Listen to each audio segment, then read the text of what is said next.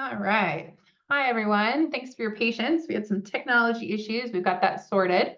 So just as a reminder, if you're promoted to panelist, don't panic. You won't be presenting. It's just so we can see you and you can interact. Today we have our finance team here. I'm very excited about this one. I hope the fire one went well last week. We are working on editing that recording and that will be up on our website soon. So if you missed last week, it will be up on our website soon. So I think we'll go ahead and get started. So this will follow the same format. We'll have finance present about who they are and what they do here at the city, and then we'll have Q&A at the end. And Q&A, you can either raise your hand or you can type it in the chat box. And with that, I'm going to hand it over to our finance director, Marianne Berry, to get the show on the road. Thank you, Marianne. Thanks, Sabrina. Hello, everyone. Welcome. As a reminder, we're going to do a little exercise earlier. So if you could put, or later rather, if you can put your name and neighborhood in the chat, that would be great. And yeah, I'll start us off. I am Marianne Berry, City of Ashland Finance Director. And where should I start? Let's see what I do. I provide leadership for the finance team and I support other departments, the city manager and city council on financial endeavors. Specifically, I work to support my division. Let me get you to the right screen here. There I am. Specifically, I work to support my division managers and all our staff to ensure we are executing on our financial policies and our internal controls. I work closely with the city manager's office and the other department managers to assist them with their financial initiatives. I am also the face at the city council meetings to report on our financial results and our finance related matters. Mostly though, what I do is I get to work with really great, highly competent people. Doing the city's work, and our staff are incredibly hardworking to, do all the financial duties that we are tasked with. Sometimes it's not easy with deadlines and issues that come up, sometimes even technology issues, but we have a very supportive team. I'm also happy to welcome Sabrina as our new city manager. She's been doing the role for quite some time, but it's nice to have that formalized. So a little bit about me professionally. I received my bachelor's degree in accounting at Seattle University, and I have over 30 years in finance and business ownership experience. I spent 17 years in the private sector of finance and was a CTP or certified treasury professional for 10 years. 7 of those years, I owned a treasury firm in the San Francisco Bay Area, consulting for Fortune 500 and 100 companies in the real estate, semiconductor, and technology industries. I sold that business and moved up to Ashland full time. So I have been in Ashland for 24 years now with my husband and my kids. I was also the director of the business office at Roe Community College, which is considered a specialty government. It was before coming to the city of Ashland in April of 2023. I am also happy to be here as your finance director, and I so wish I had found government finance much earlier in my career. So you can see from my fun facts, I'm one of those folks that will happily pass on dessert for an extra helping of lasagna. And who doesn't like scrappy do? I was one of the smallest kids in my athletic team, so I had to be really super scrappy. Finally, I feel fortunate to have many highlights that I can look back upon, but one of the best was kayaking among the orcas in the San Juans. So that is a little bit about me. On to more important things. What we will cover in these next, what is now 80 minutes. We're gonna go over what the finance department does for the city of Ashland. You're gonna meet our finance management team and they will talk about their respective areas, their responsibilities, their duties, and we will play a little hangman. You'll get to guess at what are some of the primary differences between government finance and the private sector. And then we'll go over the city's budget process and how you can get involved if you're interested. And we hope you're interested because we do have, I think, 3 or 4 open seats in the budget committee right now. So let's start with the finance department's mission statement and goals. It is imperative that we know what we are tasked with and what drives every decision. And that is, as you can read it, to protect, manage, and steward the city's financial resources for generations to come. It is something we visit and revisit all year round, and it does inform us when making decisions. And you can also see some of our goals is to have reliable financial services, integrity and transparency in our processes, solid internal controls, and timely, accurate, and coherent reporting. So this is an overview of our finance functions. In our department, we have 16 FTEs, or full-time equivalents, which is how we measure staffing. You will soon meet our division managers who will go over their areas of expertise in more detail. Hopefully it will give you a good insight into how city government operates on the finance side. I hope you will be proud of our team's work when it comes to how we execute our mission statement and strive to meet our goals and objectives on a daily basis. You might notice that little blue box on the left corner of your screen. I also want to mention that the city band is also under the finance department. And I thought I'd share this slide with you of our beloved city band, which exists because they are in our charter as so, but also, of course, the community continues to shower love and support on them. They have been our city's band since 1876 when they were called the Ashland Brass Band. And from these photos, you can see how they have marched through the century and a half, gifting music and smiles to our community. They play 10 concerts during the summertime and at the band shell for free, and they also play at our local parades. So with that, I will flip it over to our Deputy Finance Director, Bryn Morrison. Hello, everyone. My name is Bryn Morrison. Thanks for joining us today. I've been with the city for 21 years now, all of which in the finance department, which I'm very grateful for. I moved to Ashland. Oh, are we okay? I moved to Ashland in 1995 and graduated from SOU with a degree in business and economics. And I met my husband here. He's born and raised in Ashland, so we have made this our home. So I started in finance on the administration side of the house, helping with the budget, audits, and different accounting type projects.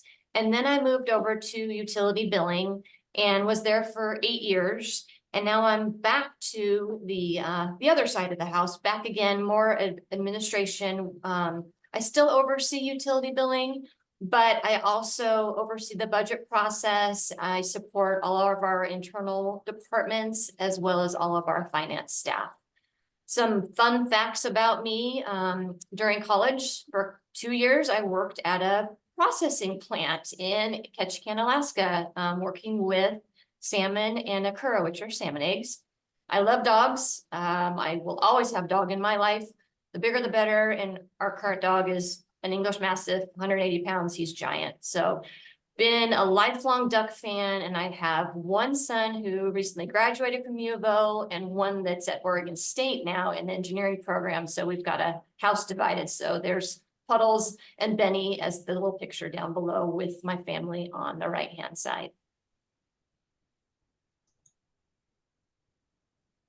So I'll talk with you all a little bit about utility billing next.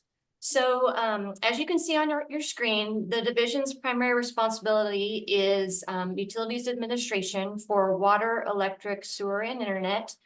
They provide day-to-day customer service, billing, and information support to the public for these services, as well as monitoring other utility fees and other taxes related to the activities. We have several departments in the city that provide these services. However, customer service does the billing and the processing of the payments for these services. It's not typical for a city to have this many utilities that are managed within the city, and it's a great benefit to Ashland that we have these. We're self-sufficient and rates and the services are governed by the city itself. We pride ourselves on our reliability, and owning our own utilities helps us to achieve long-term goals within the community. We process over 14,000 bills each month, and these services generate $42 million a year in receipts. We have several ways that folks can pay their utility bills. We offer an online portal, which is a separate portal that integrates with our accounting software that folks can log into and pay their utility bills, see their usage, enroll in automatic payments, several different pieces of their utility accounts. 3 years ago, we were really fortunate to be able to install a kiosk for folks to pay their utility bills, and it's located down at 1175 East Main, that breezeway right next to the courts and police. And it looks kind of like a big ATM where customers can pay via cash, check, or credit card by using their customer number and their account number. And those payments are automatically, immediately reflected on their utility account. We also have drop boxes in town where folks can submit their payment. We ask, please don't put cash in those, but if you would like to write a check, there's one on the corner of City Hall. There's one, a white one on the actual plaza at City Hall. And then there's also one near the kiosk, near the police station at 1175 East Main. Customers can also pay 24/7 through their phone by calling the main utility billing phone number, which is 541-488-6004 that you see on your screen there. And they would select option 1 and they can make a payment using their customer number and their account number. Approximately 57 to 60% of all payments that we receive are done through automatic processing, meaning that either folks go online and pay their web payments through the web portal, or they do an automatic bank transfer from their own banks. Another key aspect that the customer service division provides is they play a large role in managing the senior and disabled discount program and the electric fund low income energy assistance program in the winter.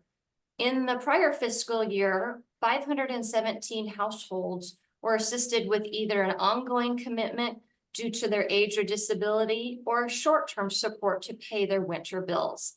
Approximately $210,000 a year is distributed through these assistance programs. These applications are available on the city website, and we've provided the link here for it, as well as the email address if folks would like to inquire to the utility billing office about an application for assistance. Members of the community, can also assist their fellow neighbors by participating in the Roundup program. And the Roundup program is where you would elect to have your bill each month rounded up to the nearest dollar, and those funds are accumulated and then devoted to assisting low-income Ashland residents with their monthly bills. Citizens may also contribute to the emergency heat program if they wanted to make a one-time contribution to those citizens that may be in need. Currently, the customer service division is open on Fridays, as you can see on your screen at the Grove, and that's at 1195 Main Street, East Main Street, from 9 to 1 to assist customers in person. Customer service is also available via the phone 8 to 4:30 Monday through Friday, and also as well through email. Through the city website, customers can connect for utility service, disconnect for service, apply for utility discounts, log into their web portal and make payments, enroll in auto pay, and see their usage history. The customer service division also oversees the financial management of our third-party contractors who collect the food and beverage tax, the transient lodging tax, and the business registration fees for us. This totals $6.5 million each year. Over the last year, transient lodging tax has increased 1% and food and beverage receipts have increased 9%. And I'll turn it over to Miranda, our accounting manager, next. Hi, everyone. My name is Miranda Iwamoto. I am the accounting manager for the City of Ashland. As my fun facts say, I was born in Canada. I lived there until I was 12. I grew up in the Canadian Rocky Mountains. So I think people hear about it now with social media and stuff, but I grew up really close to a town called Banff, Alberta. And so it was just absolutely gorgeous. But my family for many generations is from Eastern Oregon, a teeny tiny town in Eastern Oregon. So when I was 12, my parents moved us to Eastern Oregon, and I was surrounded by family and sagebrush, which was a little bit of a difference between the Canadian Rockies and, the dry desert. And then I went to SOU. I graduated with a bachelor's degree in psychology, actually, with a minor in business administration.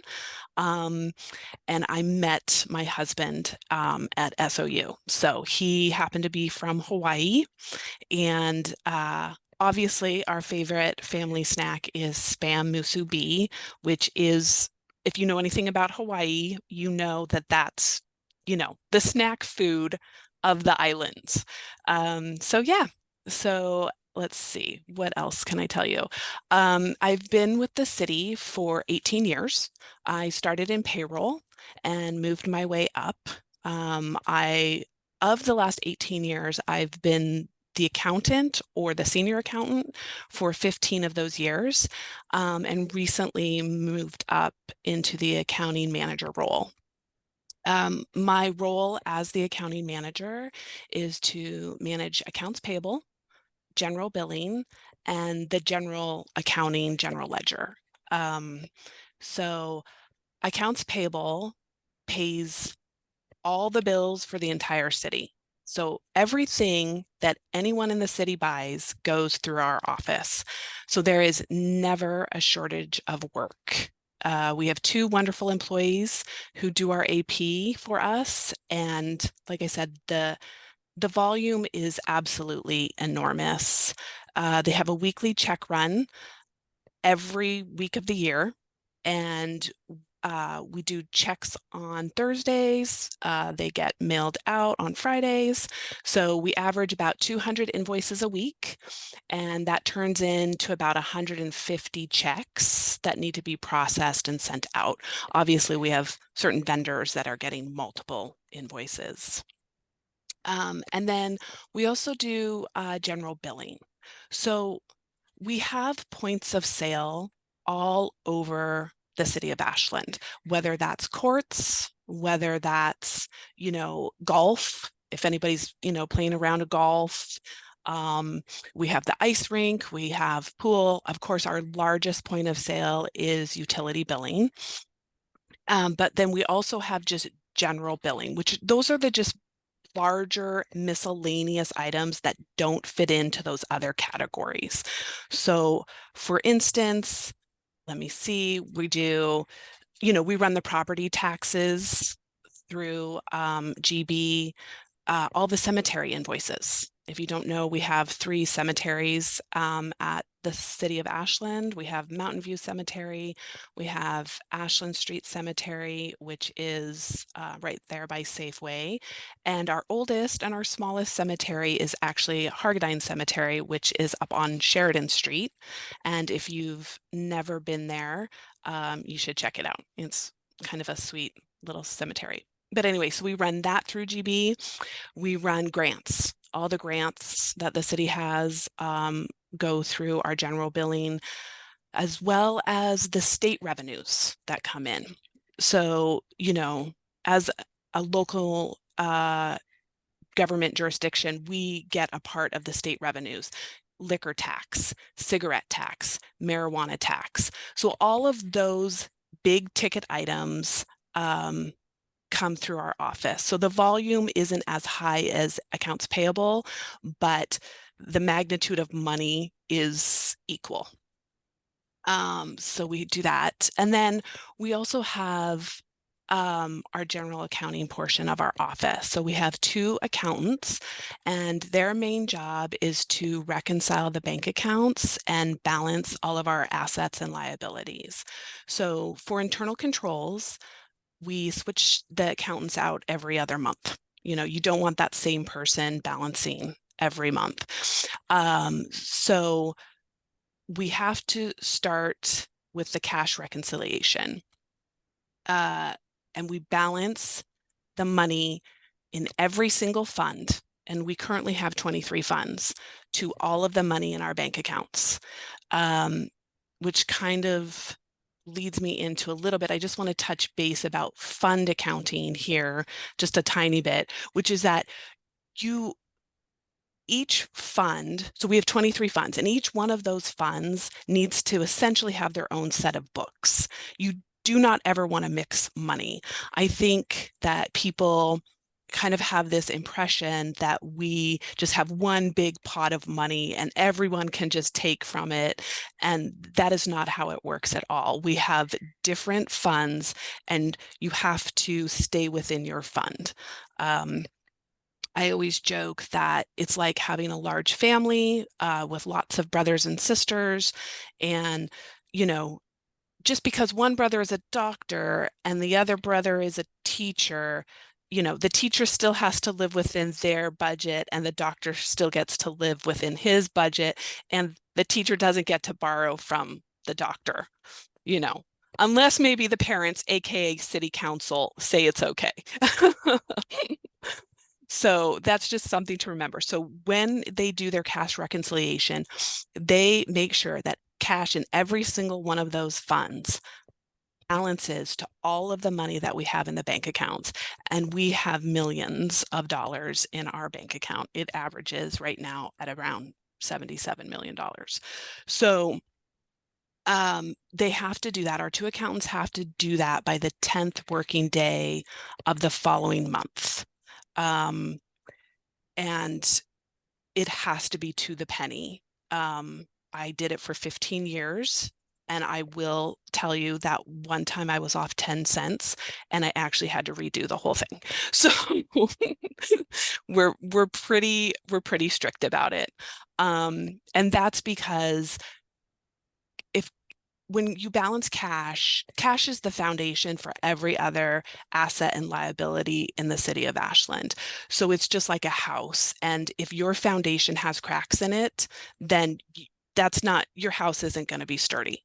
You know, you need to have a solid foundation, which is our cash reconciliation.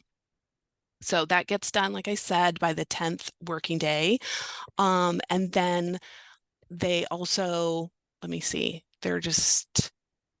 I'm trying to think of all the things that they do.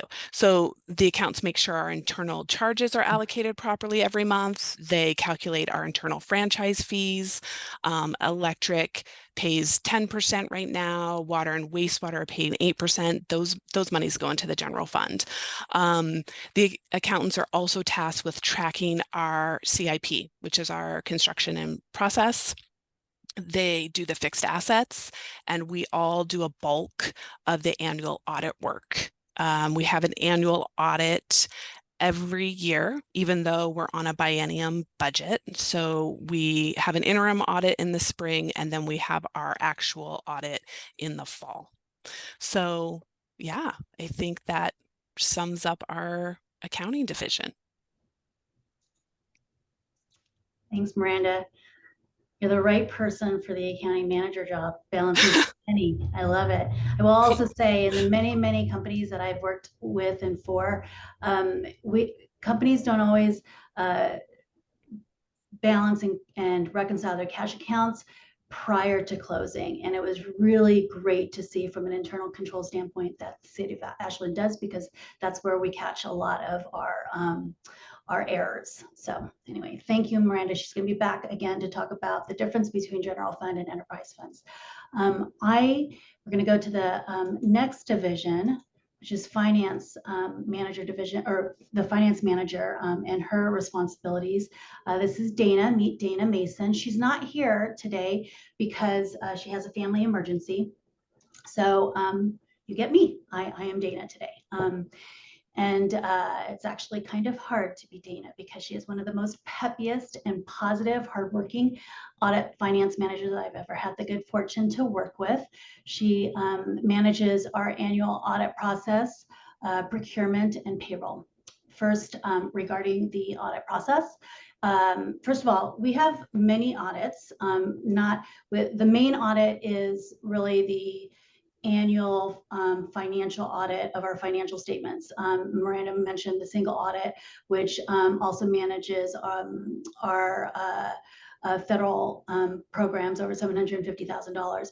But throughout the year, we also have other audits like our workers' comp audit and other audits that are related to our grants, and Dana, that falls under her umbrella as well. So everything that Miranda's team works on, it kind of pulls it all together and puts it into the consolidated financial statements called the ACFR. And that's when Dana's role kicks in, the annual comprehensive financial report. And that usually starts in the April, but really kicks in this time of year when the external auditors, which today is for us, Moss Adams, our CPAs, and they go in and audit our internal controls. And they and what they do essentially is review our internal controls, our financial policies, and then they test it all throughout our financial system to hopefully come to an opinion that our financial statements are free of misstatement. So this process is governed by state statute. It's also governed by the budget law and GAAP. GAAP is generally accepted accounting principles. And the most important aspect of this job is ensuring that internal controls are in place, that our financials, like I said, are free from misstatements, errors, and that we are complying with all federal and state laws. In addition to the audit or the audits, she oversees procurement, which is governed by the state statute as well.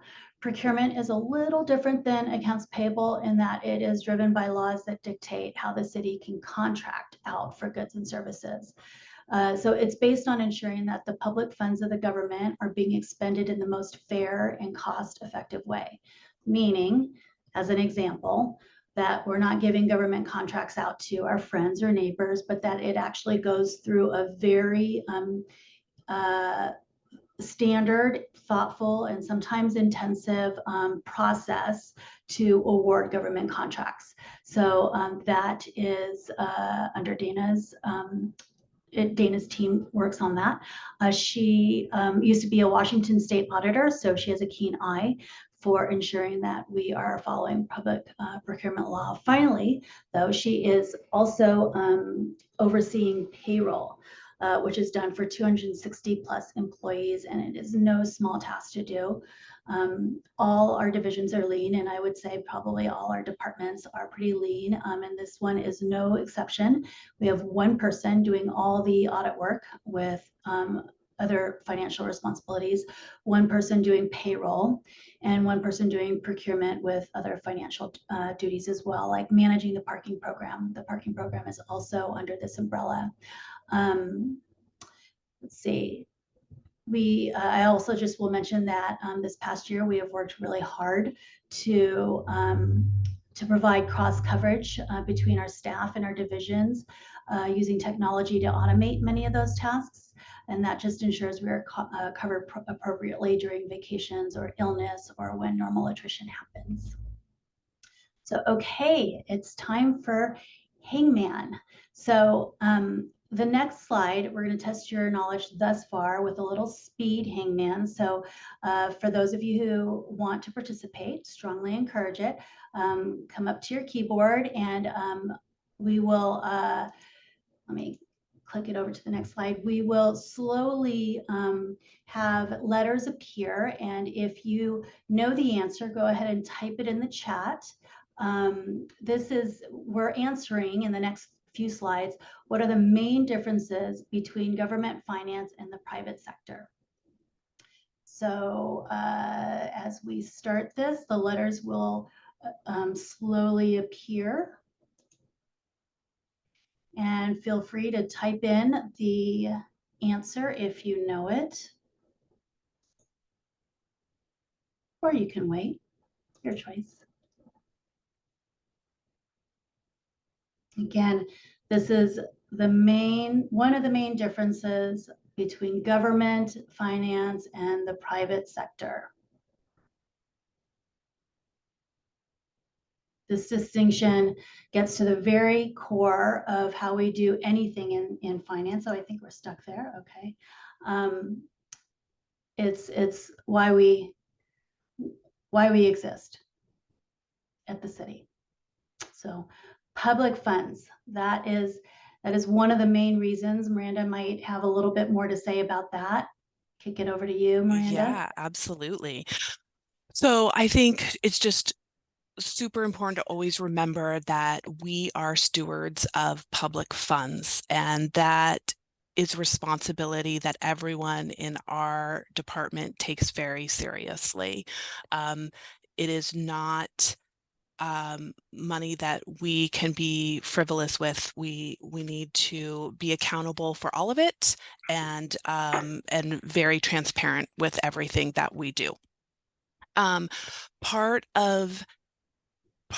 One of the main differences between private sector and the government sector is that we have fund accounting.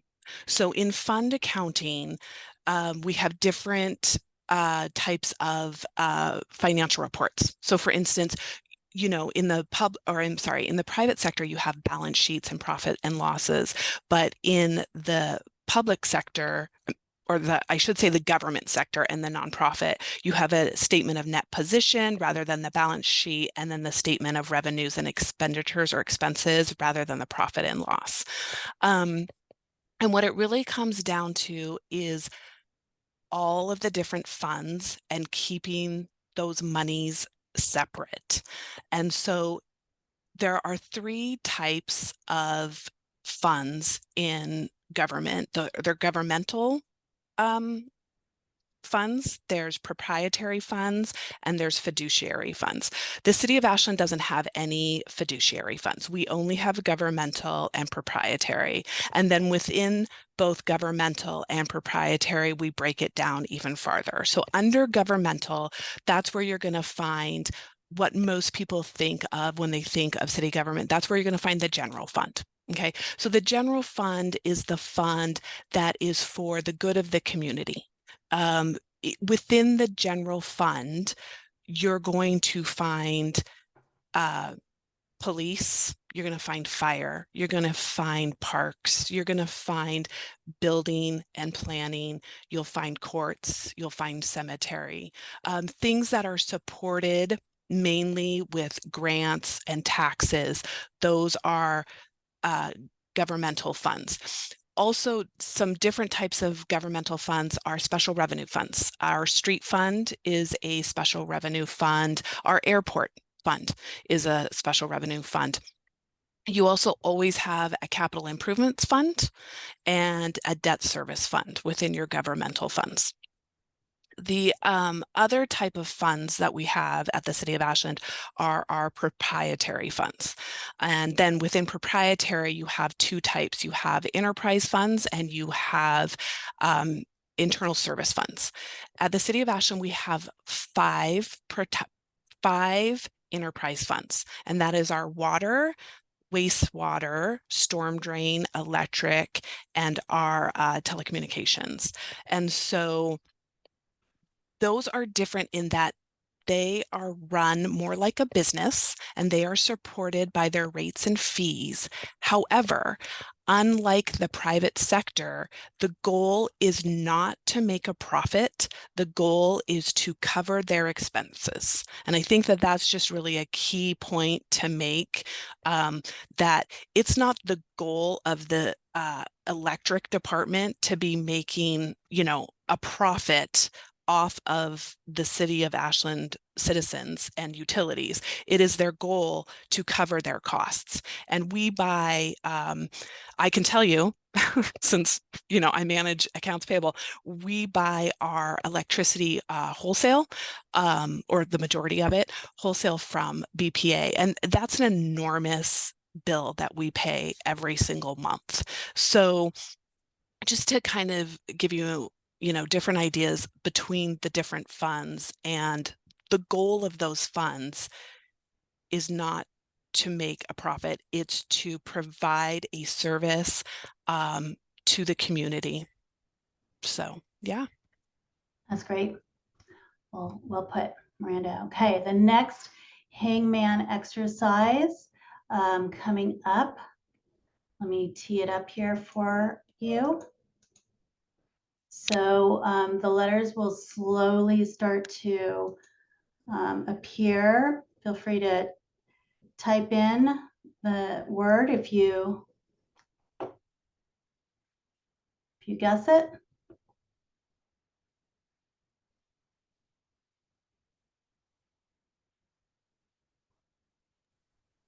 Elaine got it. Oh, Elaine, good job. Compliance, exactly. Ding, ding, ding, ding, ding. Okay, next time we'll have some music with this next time. So yes, compliance. It is a major contrast between government and the private sector because of how we are regulated. The jurisdiction just basically differs from with government finance than it does in the private sector. In the private sector, as I was in, we were working with the SEC, Security Exchange Commission, and in contrast, in government, we are working with our Ashland Municipal Code, which we pass ordinances to update that. We also are regulated by the Oregon Revised Statutes, ORS, public procurement law, which is under ORS also, but it's a particular chapter, a very, very dense chapter on public procurement. The local budget law, also a very big chapter on how to dictate our budget process as a government. And then of course, GASB, which is the entire umbrella for government accounting. It's Government Accounting Standards Board. It is similar. The sister board on the private side is FASB, Financial Accounting Standards Board. GASB comes up with pronouncements that we read oftentimes each year around audit time. We have to implement new standards. Recently, last year, we implemented a lease standard. This year or the next, we might be implementing 2 new standards around errors and misstatements and or compensated absences. It's the way we account for our leaves. So basically, compliance is how we are required to report our financial activities, and good or bad, how we are audited going forward with all the different programs that we participate in, particularly on the federal level. So, okay, I'm going to go to the next slide. The last word to guess on. The difference between government finance and private sector. I'm not going to give you a clue for this one because it's going to be so self-evident once you start to see the letters. Feel free to type it in as soon as you guess it.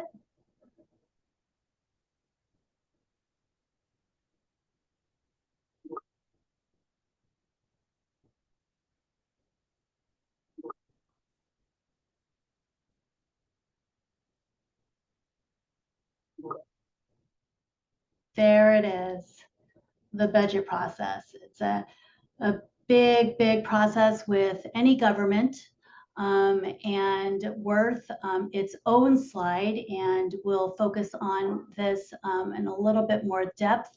I'm going to throw it over to our Deputy Finance Director who oversees our budget process, and take it from here, Bryn.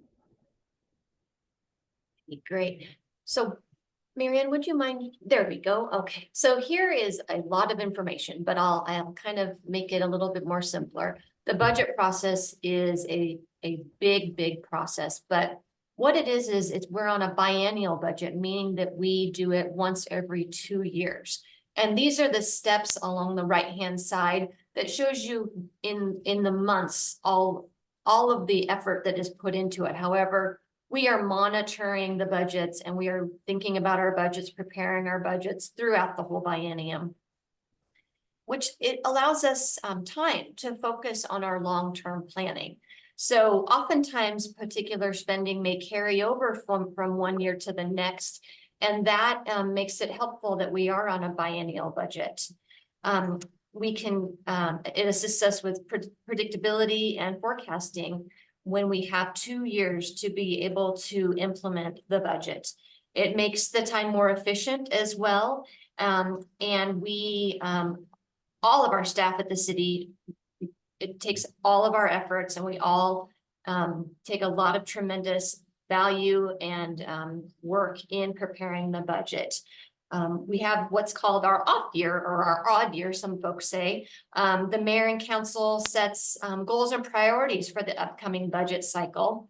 Staff is busy reviewing our current budgets, and we prepare our future budgets while matching available funding, as well as workload demands and service delivery. In the preparation of the budget, budgetary constraints and requirements are also identified, and they're also refined. We, as Marianne and Miranda were saying, we are under Oregon budget law for compliance when it comes to our budgeting. And one of those pieces is developing what we call our proposed budget. And that's the budget that we present to the members of the budget committee, which are made up of the mayor and council, as well as 7 citizen members. And a plug again, if anyone is interested in volunteering for the budget committee, we'd love to have you. So please, reach out.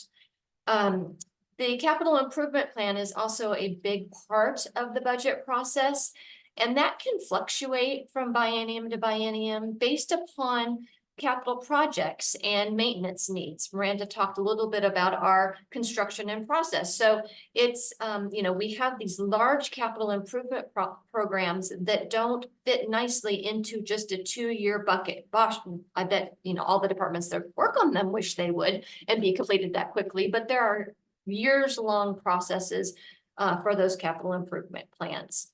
So once the proposed budget is approved, what we call, by the budget committee, they may ask us to make some refinements to it. So we would refine it, and then we would present it to the city council for adoption.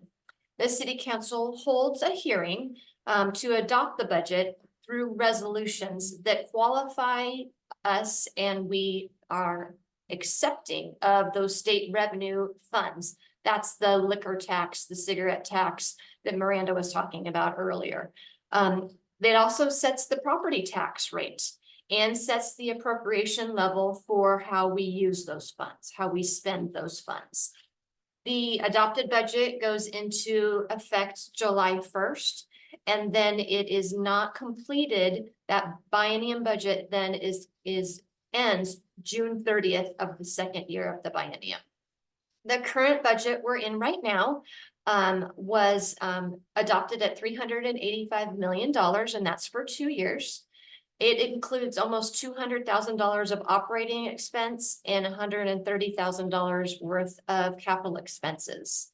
So that's kind of a short version. I was teasing Marianne and Miranda that I feel like maybe we could have a training on just budget, because there's so much involved. So, but we are fortunate that we have a transparency software, which we'll show you next, that we develop our budget in and are also able to present our budget in. So it's called OpenGov, and it's an interactive website, and we have it available on the city website. So it has interactive links. All of those bluish colors are interactive links that would lead you into more detail, and you can click through all the budgets that are there. for example, the city manager's message you can see the organizational chart. And then if you scroll down, there's the department budget, so you can see the operating and non-operating department budgets. And then on the right side, you can see some summary tables that will lead you into, for example, the uses of the funds and the revenue impacts as well. And those revenues that come in. And this, what you're seeing here, are all 23 funds that Miranda was talking about that shows their budgeted amounts for the biennium.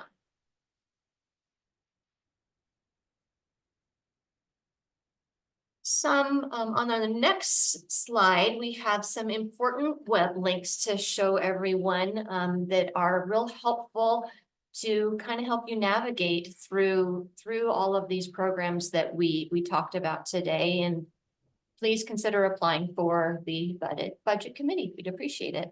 I also want to just mention, thanks, Bryn. I also wanted to mention, and props to Bryn on this because she's been working on the budget for the city for a very long time, but we also have received the GFOA Budget of Excellence Award for the last 36 years.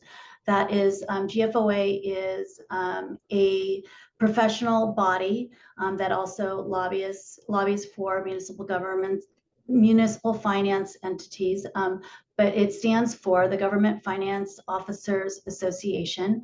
In order to get this award, we must provide a budget book that has certain requirements, including how it's laid out, but additional reporting and transparency. And in our particular case, last year, Sabrina and Bryn put together the budget book for the very first time online. So you are able to go to this, if you go to our finance website and find interactive budget reporting, you'd be able to go to this report right here and start exploring to your heart's content all the various budgets for the departments, explanations, the city manager message, the org chart, et cetera, et cetera. And so I wanted to mention that good work. So back to these links.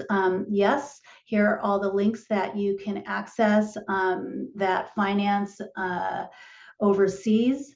Like I said, we also oversee the parking program, which is primarily enforcement, so we can keep our town safe and organized, our streets organized. And once again, please do consider applying for either the Citizens Budget Committee, which we have 3 or 4 open seats. The Audit Committee is full at this point, but we will be needing a whole new fresh set of citizens for our next Audit Committee next year. And so you can get on that website and apply for next year. With that, we are at the end of our presentation. Is there anything you wanted to add, Sabrina, before we did Q&A? No, it's just that finance is an amazing department. I was lucky enough to fill in for a little bit as finance director before we were lucky to find Mary Ann, and I'm glad she's here because the best piece of advice is always hire people that are smarter, better than you, and we definitely did that with Mary Ann and this team. I think finance is immensely interesting. And I will say I'm a bit biased about the budget book, but as a government nerd, budget books are typically the fastest way to learn about a city because in them you will find descriptions of what the departments do as well as what their priorities are. And you can always tell kind of what a city's priorities are by how much funding they're putting towards certain things. So I would encourage you, it's a good place to start to learn about the city for sure. We have a couple of questions in the chat already, so I'll kick it off with those. And then as you all have some, feel free to put them in the chat or raise your hand and we can hit you up there. Marion, if you will stop sharing, I'll be able to see people better to call on them because we have quite a few people.